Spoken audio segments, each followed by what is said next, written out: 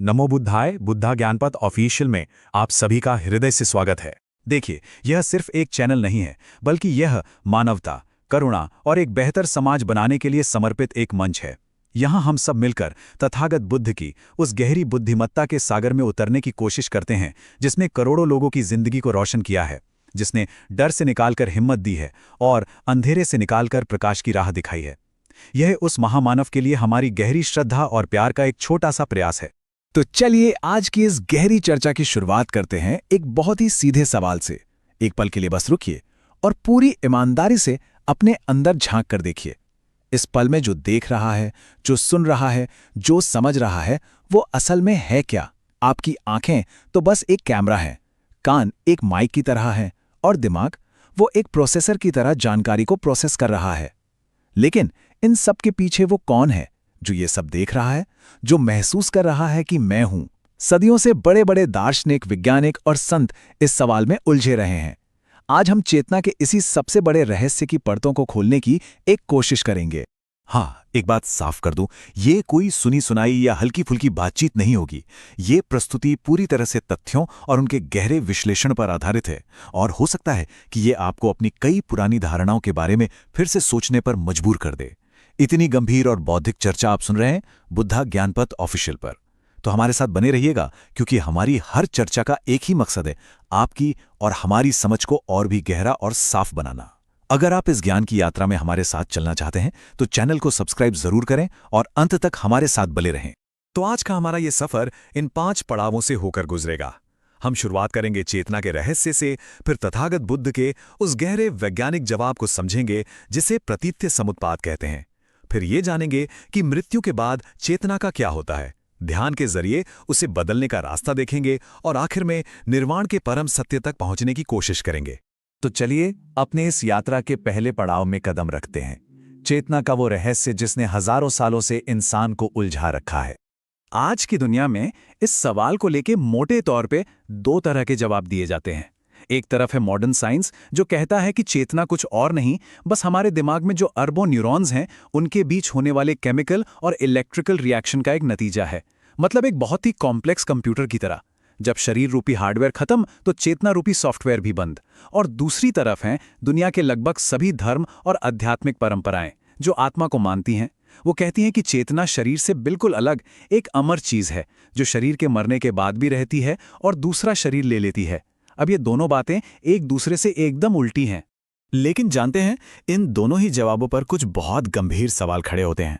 अगर हम विज्ञान की बात मान लें कि चेतना बस शरीर का एक प्रोडक्ट है, तो फिर मौत के वक्त ऐसा क्या हो जाता है? शरीर तो वहीं पड़ा है, दिमाग भी अपनी जगह पर है, उसके सारे न्यूरॉन्स भी मौजूद हैं। तो फिर वो चेतना, वो होने का एहसास, वो जिंदा दिली कहाँ गायब हो जाती है?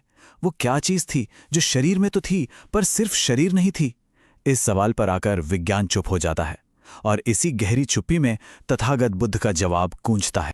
अब हम उस वैज्ञानिक, तर्क से भरे और क्रांतिकारी जवाब की तरफ बढ़ते हैं जो तथागत बुद्ध ने आज से 2500 साल पहले दिया था।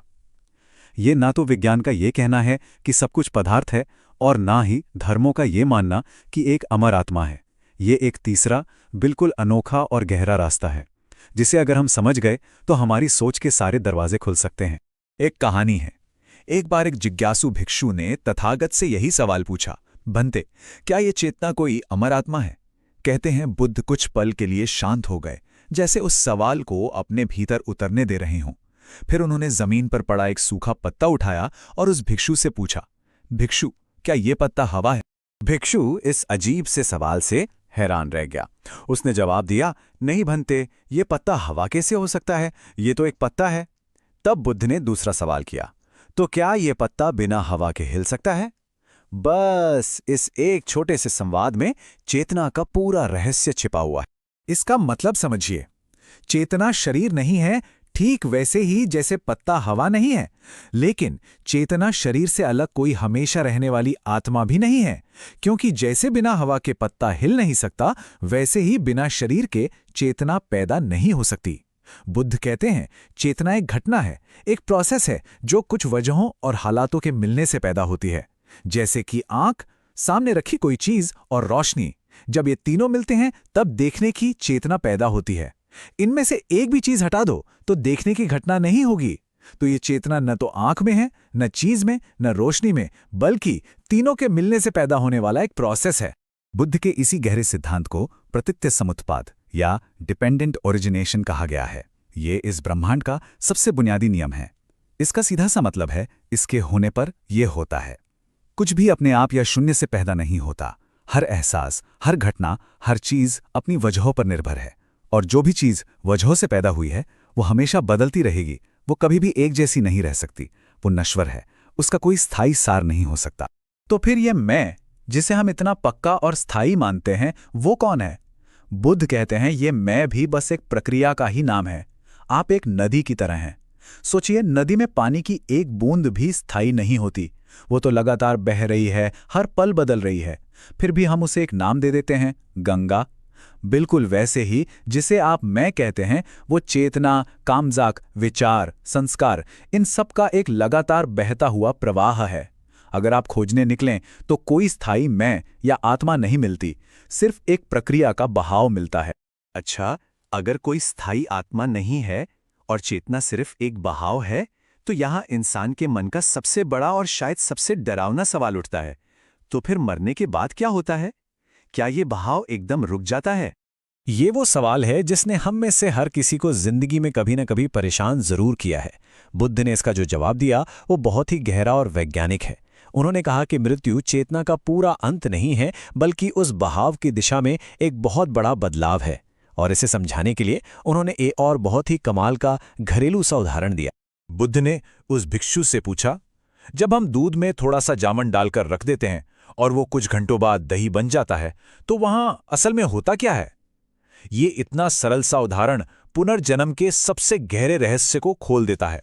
बुद्ध ने इसे और खोला। उन्होंने पूछा, क्या वो दही वही दूध है जो पहले था? भिक्षु ने कहा, नहीं भंते, वो दूध तो नहीं है।